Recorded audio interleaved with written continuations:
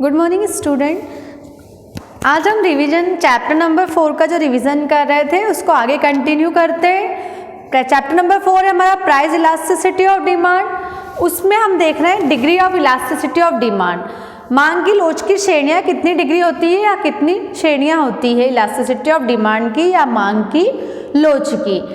तो फर्स्ट हम देखते हैं यहाँ पे perfectly elastic demand. Perfectly elastic demand जिसपे इलास्टिसिटी डिमांड इक्वल देन होती है इन्फिनिट के, मतलब अनंत के। मांग की जो लोच होती है वो अनंत के बराबर होती है, इन्फिनिट के इक्वल होती है। इसको हम बोलते हैं पूर्णतया लोचदार मांग। पूर्णतया लोचदार मांग।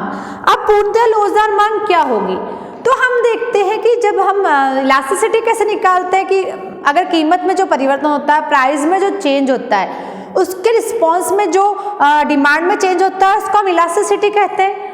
लेकिन जब हम परफेक्टली इलास्टिक डिमांड की बात करते हैं तो प्राइस में कोई चेंज नहीं होने के बावजूद, उसके प्राइस में बिल्कुल चेंज नहीं हो रहा है, उसके बाद भी उसकी जो डिमांड है वो कभी इंक्रीज हो रही है कभी डिक्रीज हो रही है। ठीक है, मतलब कीमतों में बिल्कुल भी वृद्धि नहीं हो रही है, कीमतें स्थिर है, उसके बावजूद भी मांग जो है उसमें कभी कमी हो रही है कभी बढ़ रही है। तो ये हमारी जो होगी वो इलास्टिसिटी कैसी होगी, परफेक्टली इलास्टिक डिमांड कहलाएगी, पूर्णतया लोचदार मांग। इसका अगर हम डायग्राम के द्वारा देखें तो इसका डायग्राम कैसे बनेगा, देखो इसका डायग्राम बनेगा, ये हमारा OX पे है डिमांड, OY पे हमने लिया है प्राइस।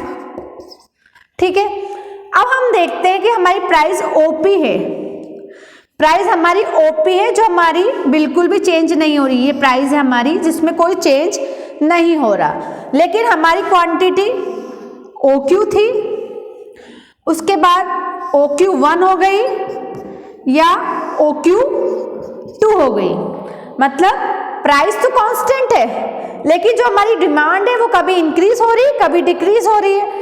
प्राइस कांस्टेंट होने के बाद भी हमारी इंक्रीज और डिमांड इंक्रीज और डिक्रीज हो रही, कम और ज़्यादा हो रही है मांग कीमत के स्थिर रहने पे।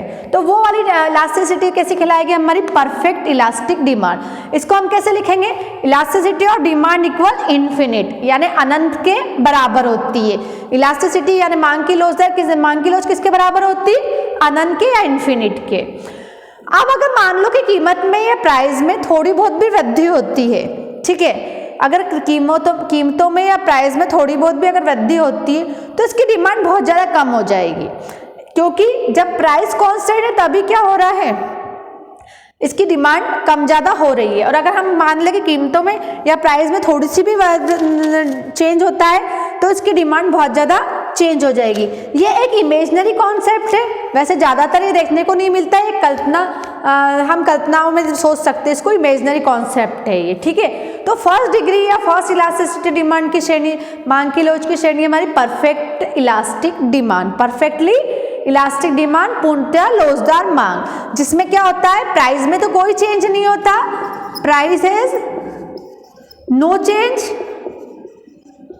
then demand is increase and decrease।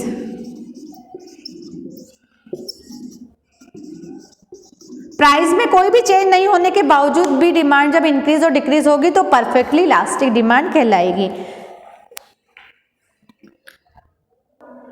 Next जो हमारी इलास्टिसिटी ऑफ डिमांड है वो है परफेक्टली इनइलास्टिक डिमांड, या जिसको हम बोलते हैं जीरो इलास्टिक डिमांड। इसको हम क्या बोलते हैं, जीरो इलास्टिक डिमांड, क्योंकि इसमें इलास्टिसिटी किसके इक्वल होती, जीरो के। इसको पूर्णतः बेलोचदार मांग या शून्य लोच मांग भी कहा जाता है।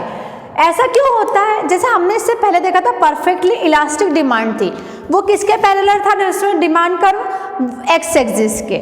लेकिन यहाँ पे जो परफेक्टली इनइलास्टिक डिमांड है, इसका मीन्स ये होता है कि हम प्राइस चाहे कितनी भी कम ज़्यादा हो रही हो लेकिन उसकी डिमांड में उसका कोई भी प्रभाव नहीं पड़ता है, मतलब उसके रिस्पॉन्स में डिमांड में कोई चेंज नहीं होता। प्राइस चाहे चेंज हो रही हो, इंक्रीज हो रही हो या डिक्रीज हो रही हो, उसके रिस्पॉन्स में डिमांड कांस्टेंट है, डिमांड में कोई भी रिस्पॉन्स नहीं होता। तो वो हमारा क्या कहलाता है, परफेक्टली इनइलास्टिक डिमांड। पूर्णतः बेलोचदार मांग कीमतों में चाहे वृद्धि हो रही हो या कमी हो रही हो, लेकिन जो मांग है वो हमारी कैसी है, स्थिर है। मांग में कोई वृद्धि या कमी नहीं हो रही हो कीमत के कमी या वृद्धि होने पर, तो वो हमारी पूर्णतः बेलोजदार मांग या शून्य लोजदार मांग कहलाएगी। इसको हम एक डायग्राम के द्वारा देख लेते हैं। जैसे ये हमारा डायग्राम है, हमने OX लिया, ये OY लिया, ठीक है। यहाँ पे है हमारे पास डिमांड, यहाँ है प्राइस। अब प्राइस जैसे हमारे पास OP थी तो हमारी क्वांटिटी थी OQ, डिमांड कितनी थी OQ, ठीक है। तो ये हमारी डिमांड हो गई। प्राइस बढ़ के OP1 हो गई तो भी हमारी डिमांड क्या रहेगी, OQ ही रहेगी। या प्राइस बढ़ के कम होके OP2 हो गई तो भी हमारी डिमांड कितनी रहेगी, OQ ही रहेगी। मतलब जो डिमांड कर्व होगा हमारा वो y एक्सिस के पैरेलल होगा। ये जो DD हमारा डिमांड कर्व है वो y एक्सिस के पैरेलल है। जो चाहे हमारी डिमांड OP, चाहे हमारी प्राइस OP हो या OP1 हो या OP2 हो, डिमांड केवल OQ ही रहेगी। डिमांड का प्राइस से कोई भी प्रभाव नहीं पड़ेगा। तो वो क्या कहलाती है, हमारी जीरो इलास्टिक डिमांड या परफेक्टली इनइलास्टिक डिमांड। ये ज़्यादातर किन चीज़ों की होती है, परफेक्टली इनइलास्टिक डिमांड? तो ये नेसेसरी गुड्स की होती है। नेसेसरी गुड्स जो हमारे लिए आवश्यक वस्तुएं होती है, ठीक है, जैसे पानी, फूड, वाटर, फूड या फिर मेडिसिन्स जो हमारे लिए ज़रूरी होती है, उसकी अगर हम प्राइस इंक्रीज या डिक्रीज भी हो रही है तो डिमांड पे कोई भी प्रभाव नहीं पड़ेगा इसका। तो ये होती है हमारी पूर्णतः बेलोजदार मांग या शून्य लोच मांग। ये किसके इक्वल होती है, elasticity of demand equal than zero. मतलब मांग की लोच किसके बराबर होती है, जीरो के बराबर।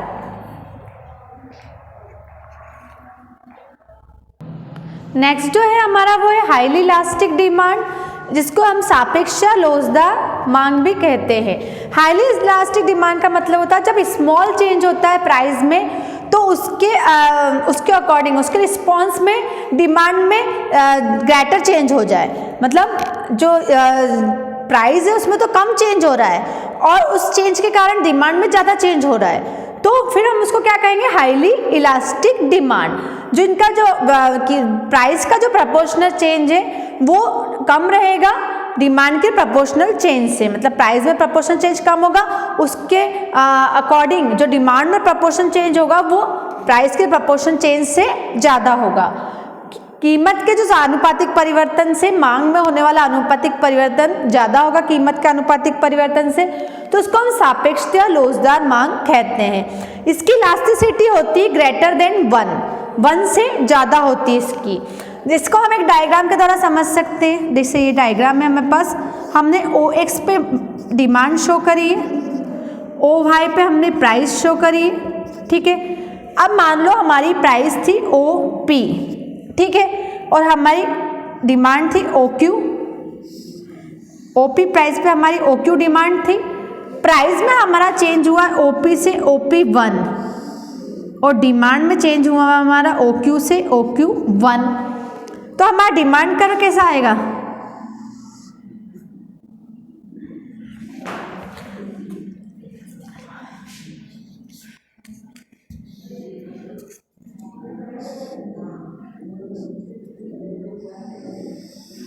जो हमारा डिमांड कर्व है उसका स्लोप ज़्यादा तिरछा होगा, मतलब चपटा होगा हमारा इसका मांग वक्र का ढाल।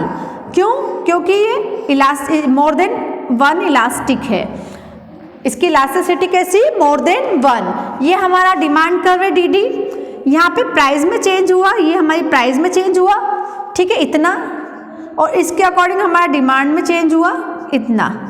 तो हम देखते हैं कि जो प्राइस में चेंज हुआ वो एरिया कम है हमारे डिमांड में चेंज होने वाले एरिया से।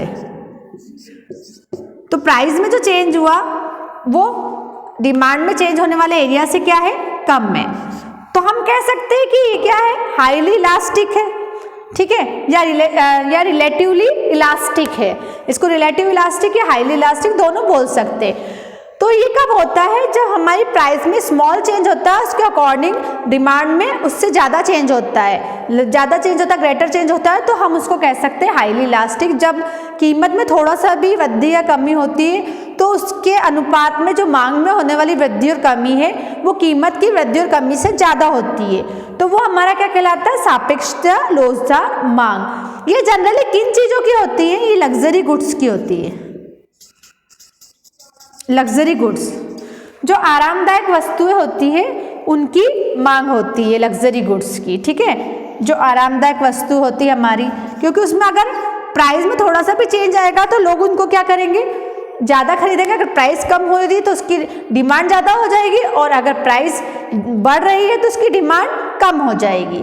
तो ये थी हमारी हाईली इलास्टिक डिमांड या सापेक्षता लोचदार मांग। ये हमारी कौन सी टाइप्स की है, थर्ड टाइप्स की, थर्ड टाइप्स की थी।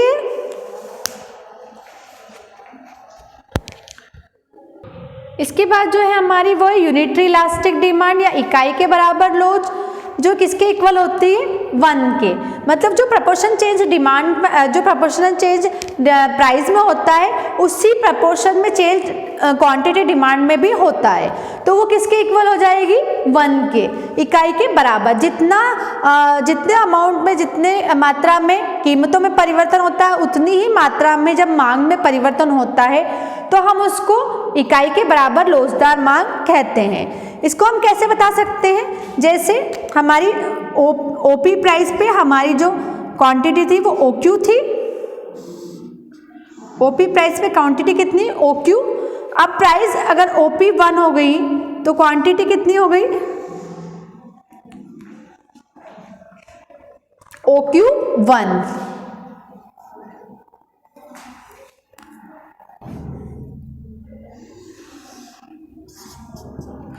तो इन दोनों के जो चेंज का रेशो होगा वो क्या होगा, इक्वल होगा। मतलब चेंज इन प्राइस और चेंज इन क्वांटिटी क्या हो गई, इक्वल हो गई। Change in price equal then change in quantity. और इसका जो डिमांड कर्व होगा वो रेक्टेंगुलर हाइपरबोला कर्व होगा। रेक्टेंगुलर हाइपरबोला या इसको बोलते हैं आयताकार अति परवलयाकार कर्व। क्यों इसको रेक्टेंगुलर हाइपरबोला या आयताकार अति परिवलय वक्र कहा जाता है, क्योंकि इसके नीचे के जितने भी आयत बन रहे होते हैं उनका क्षेत्रफल लगभग बराबर होता है। इसके नीचे का जो भी पॉइंट्स होते हैं उनका एरिया लगभग इक्वल ही होता है, सेम पॉइंट होता है, इक्वल होता है, इसलिए इसको रेक्टेंगुलर हाइपरबोला कर्व भी कहा जाता है। तो हमने देखा कि यूनिटरी इलास्टिक डिमांड क्या होती है कि जितनी मात्रा में कीमत में चेंज हो रहा है या प्राइस में चेंज हो रहा है उसी के अनुपात में, उसी के रिस्पॉन्स में हमारा क्वांटिटी डिमांड या मांग की मात्रा में परिवर्तन हो रहा है। तो ये किसके इक्वल होती है, elasticity of demand equal then 1, यानी इकाई के बराबर इसकी लोच होती है। इसके बाद जो हमारी लास्ट डिग्री है वो है बेलोचदार मांग या इनइलास्टिक और less than unitary elastic demand. Less than unitary elastic या इनइलास्टिक डिमांड वो होती है कि जब प्राइस में जो चेंज होता है उसके अकॉर्डिंग डिमांड में जो चेंज होता है वो उससे कम होता है, ठीक है। जो प्राइस में प्रोपोर्शनल चेंज होता है उससे डिमांड में होने वाला प्रोपोर्शनल चेंज कम होता है, इसको हम इनइलास्टिक या लेस देन यूनिटरी इलास्टिक कहते हैं। जैसे हम एक डायग्राम के द्वारा देख सकते हैं, ओ एक्स है यहाँ ओ वाई है, ठीक है। यहाँ प्राइस हमारी पी थी, ओ पी थी और क्वांटिटी ओ क्यू थी। अब प्राइस में तो हमारे पास चेंज हुआ ओ पी, ठीक है, लेकिन डिमांड में हमारे पास चेंज इतना हुआ। तो ये है हमारे पास ओ पी 1 और ये है हमारे पास ओ क्यू 1 और ये हमारा डिमांड कर्व है। तो हम जानते हैं जो चेंज प्राइस में हो रहा है उससे कम चेंज हमारा किस में हो रहा है, क्वांटिटी डिमांड में। तो change in quantity demand less than change in price.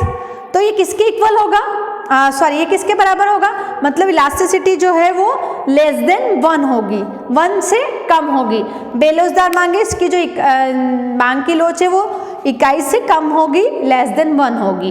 क्योंकि जब प्राइस हमारी ओपी थी तो हमारी क्वांटिटी कितनी थी, ओक्यू थी क्वांटिटी डिमांड, लेकिन प्राइस इंक्रीज होकर जब ओपी 1 हो गई तो हमारी क्वांटिटी डिमांड डिक्रीज होकर ओक्यू 1 हुई। तो जो प्राइस में हमारा चेंज हो रहा है उसके अकॉर्डिंग जो हमारा डिमांड में, क्वांटिटी डिमांड में चेंज हो रहा है वो उससे कम हो रहा है। तो इनका अगर हम एरिया निकालेंगे तो जो प्राइस में चेंज होने वाला एरिया है वो ज़्यादा होगा क्वांटिटी डिमांड में चेंज होने वाले एरिया से। तो जब हमारे पास टोटल हमारा एक्सपेंडिचर, जब हमारे पास क्वांटिटी डिमांड डिक्रीज होती है तो हमारा जो टोटल एक्सपेंडिचर है वो भी क्या होता है, कम हो जाता है। तो इलास्टिसिटी जो होती है वो लेस देन 1 होती है, क्योंकि प्राइस डिक्लाइन होती है तो हमारा टोटल एक्सपेंडिचर ऑल्सो डिक्लाइन होता है, और हमारा जो प्राइस इलास्टिसिटी है वो लेस देन 1 के बराबर होती है। तो ये 5 डिग्री थी हमारी इलास्टिसिटी ऑफ डिमांड की। इस वीडियो में आपको ये 5 डिग्री अच्छे से समझा दिए विथ एग्जाम्पल एंड ग्राफ के जरिए। अब नेक्स्ट वीडियो में हम अपनी अगली मेथड देखेंगे। Thank you.